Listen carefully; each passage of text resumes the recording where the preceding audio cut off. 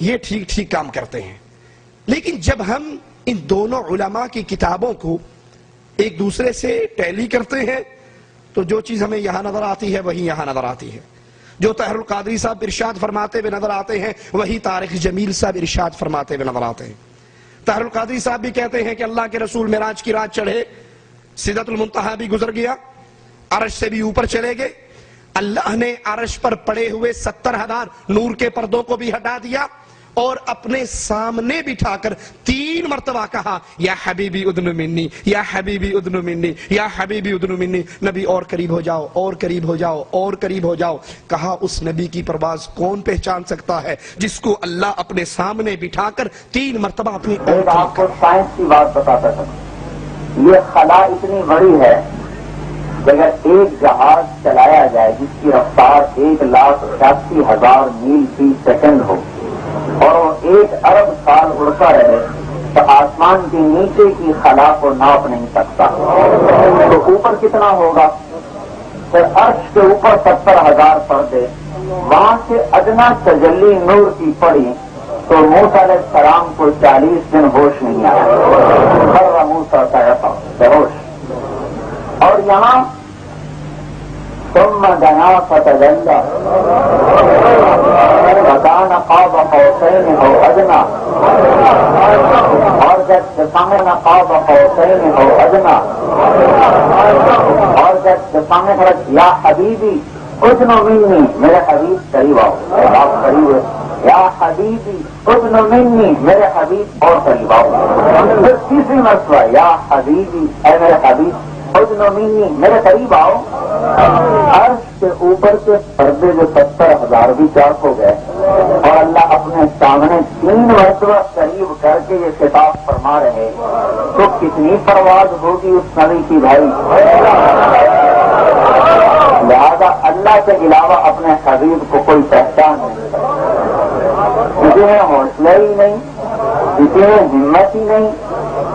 کیوں ٹیلی ویژن آن کیجئے, طاہر القادری صاحب کو سن لیجئے, ان کی بھی آواز یہی گونجتی ہے کہ تم تو نور و بشر میں جھگڑتے ہو. یہاں معاملہ بڑا آگے جا چکا ہے. جب اللہ کے نبی بیت المقدس سے چلے نور کا چولا, بشریت کا چولا اتار دیا, عرش پہ پہنچے نورانیت کا چولا اتار دیا, اور جب عرش سے لامکاں کے لیے پرواز شروع کی نہ نور تھے نہ بشر تھے. ادھر سے نبی جا رہے تھے, ادھر سے اللہ آ رہا تھا, اور پھر دروازے تک بات پہنچی. اللہ نے دروازہ کھولا, اپنے حبیب کو اندر کیا اور دروازہ اللہ نے بند کر دیا. لا حول ولا قوة. 2 کمانوں کا فاصلہ, ایک دنا کی کمان تھی وہ جو ادھر سے آ رہا تھا, ایک اس کی کمان تھی, ایک فتدلہ جو ادھر سے آ رہا تھا بلانے والا, ایک جانے والے کی کمان تھی, ایک بلانے والے کی کمان تھی. جب 2 ہاتھ 2 کمانوں کی مانند مل جائیں تو 2 کمانوں کا ملنا مثل معان کا ہو جاتا ہے, مثل معان کا ہو جاتا ہے.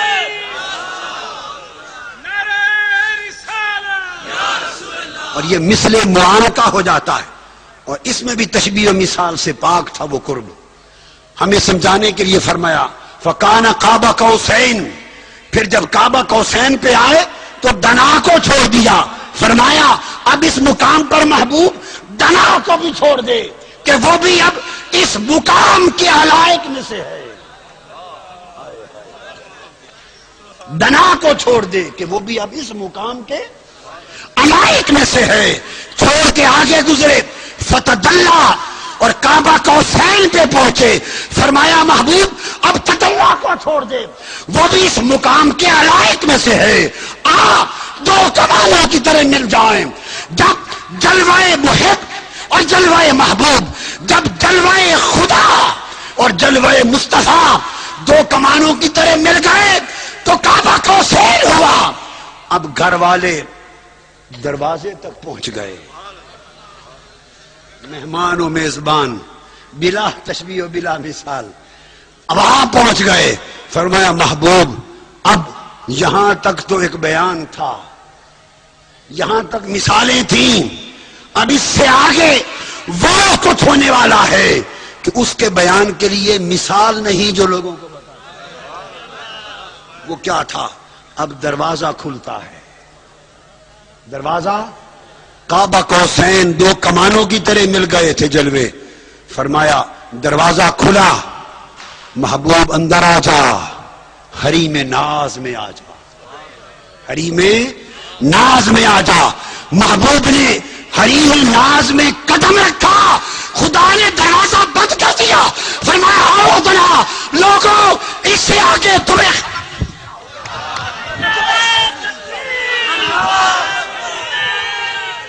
عقائد کی جب بات کی جائے، ان دونوں کی کتابوں کو دیکھا جائے تو شرک کی دعوت سے بھری ہوئی ہے. یہاں پہ ایک بات میں عرض کر دوں، اگر علماء دیوبند اور علماء بریلی جیسے ان کے نام کے ساتھ القابات اولیاء اللہ کے لگتے ہیں، تو ہم یہ سوال انہی پر چھوڑتے ہیں کہ اگر یہ واقعی اولیاء اللہ ہیں تو اللہ کا ولی مشرک نہیں ہوا کرتا. تو پھر یہ جتنی کتابیں آپ کی دکانوں پر، آپ کی مارکیٹوں پر، آپ کے دارالعلوم سے مل رہی ہیں، یہ تم نے ان غریبوں کے نام لکھ کر خود شائع کی ہیں اپنے پیٹ کے دھندے کو چلانے کے لیے.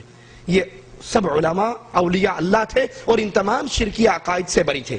اور اگر تم کہتے ہو نہیں یہ تھانوی صاحب کی ہے، یہ خان صاحب کی ہے، یہ شیخ صاحب کی ہے، یہ زکریا صاحب، یہ انہی نے لکھی ہے، کنفرم ہمیں یقین ہے، تو اللہ کی قسم کھا کر کہتا ہوں کہ شرک ایسا جرم ہے. تم تو ان بزرگوں کا نام لیتے ہو، عرش والا اپنے نبیوں کا نام لیتا ہے.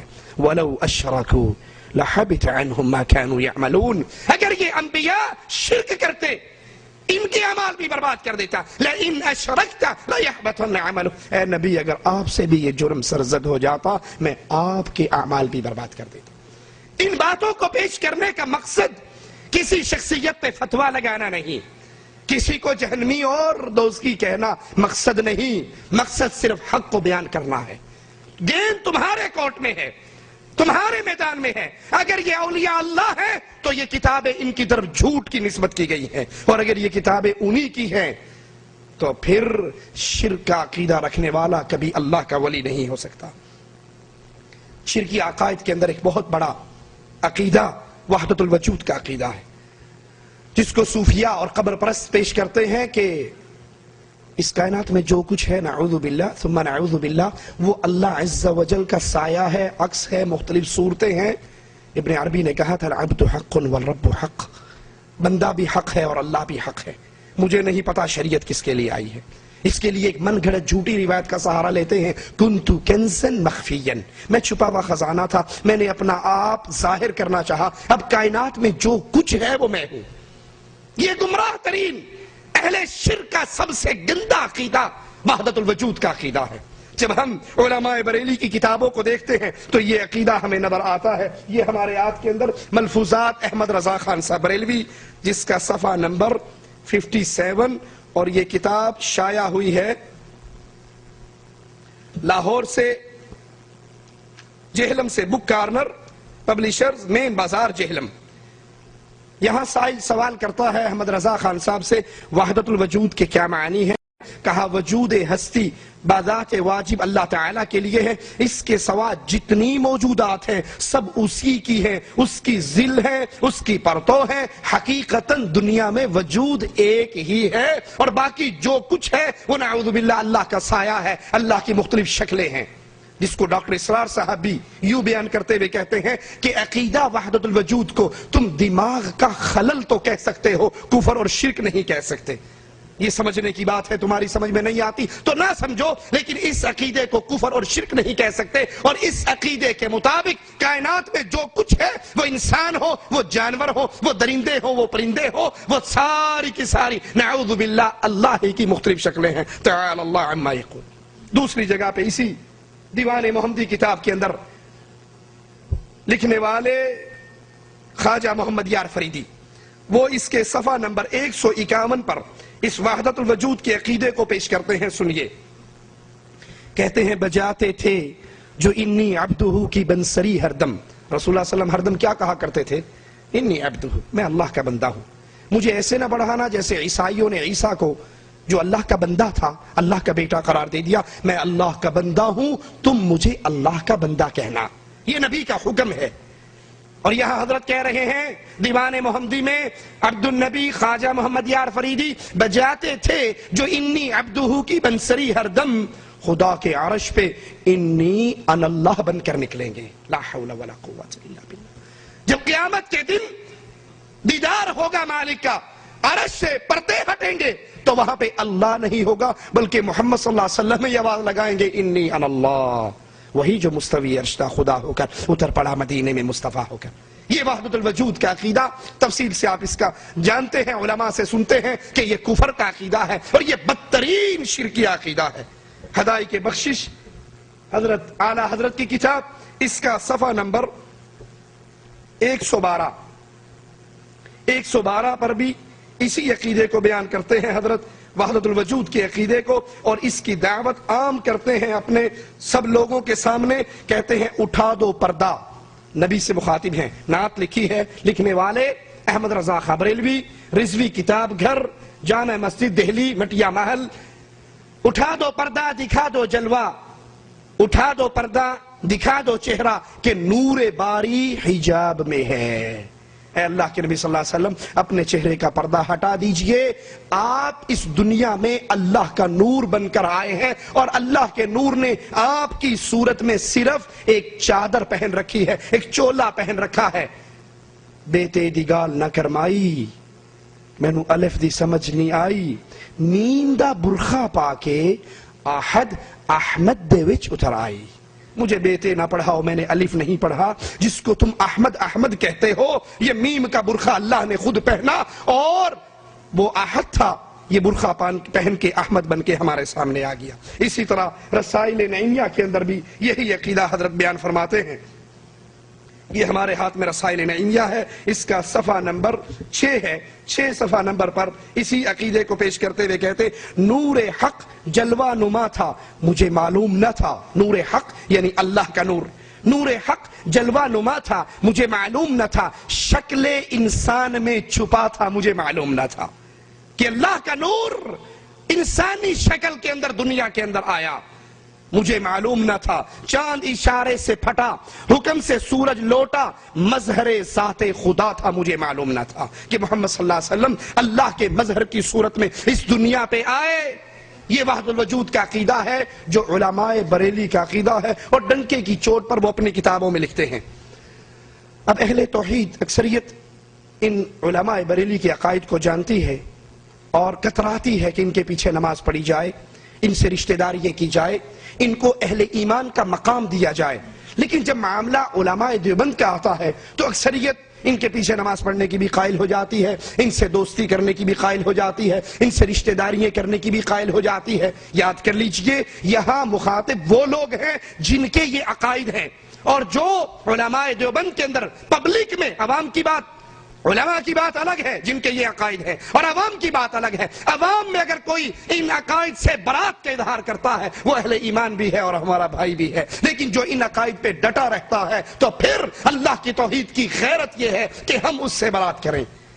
یہ شمائم امدادیہ امداد اللہ مہاجر مکی صاحب کی کتاب ہمارے ہاتھ میں ہے، علماء دیوبند کے سب سے بڑے بزرگ ہیں. اس کا صفحہ نمبر 32 ہے. 32 نمبر صفحہ پر امداد اللہ مہاجر مکی صاحب بیان فرماتے ہیں وحدت الوجود کے عقیدے کو کہ مسئلہ وحدت الوجود حق ہے، صحیح ہے، اس میں کوئی شک اور شبہ نہیں ہے.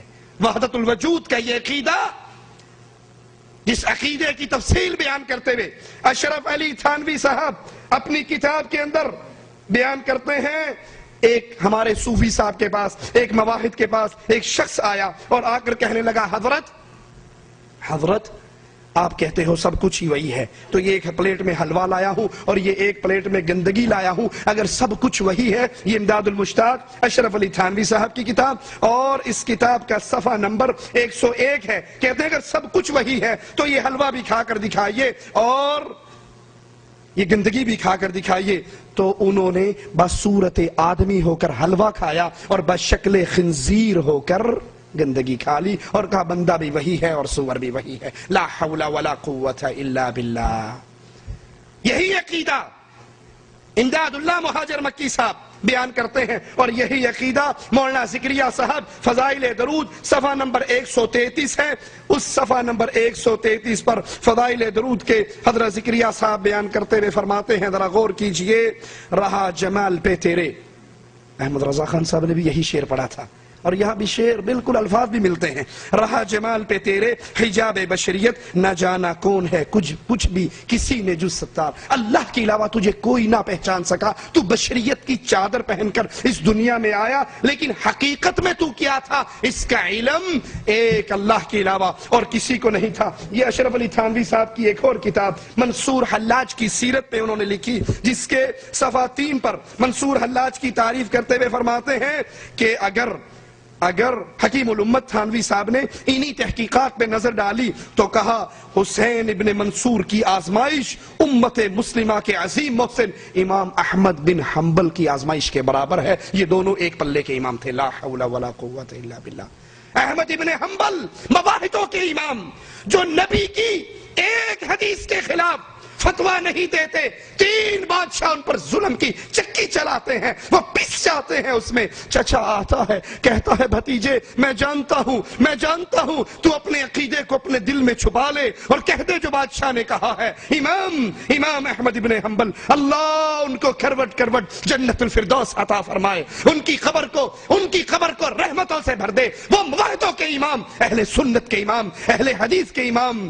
کہا چچا اگر ماجرا میری ذات کا ہوتا میں کہہ دیتا جو بادشاہ نے کہا ہے. چچا اس جیل خانے کے باہر ساری دنیا اسی انتظار میں ہے، جو احمد کی زبان سے نکلے گا وہ محمد کا فرمان ہوگا صلی اللہ علیہ وسلم.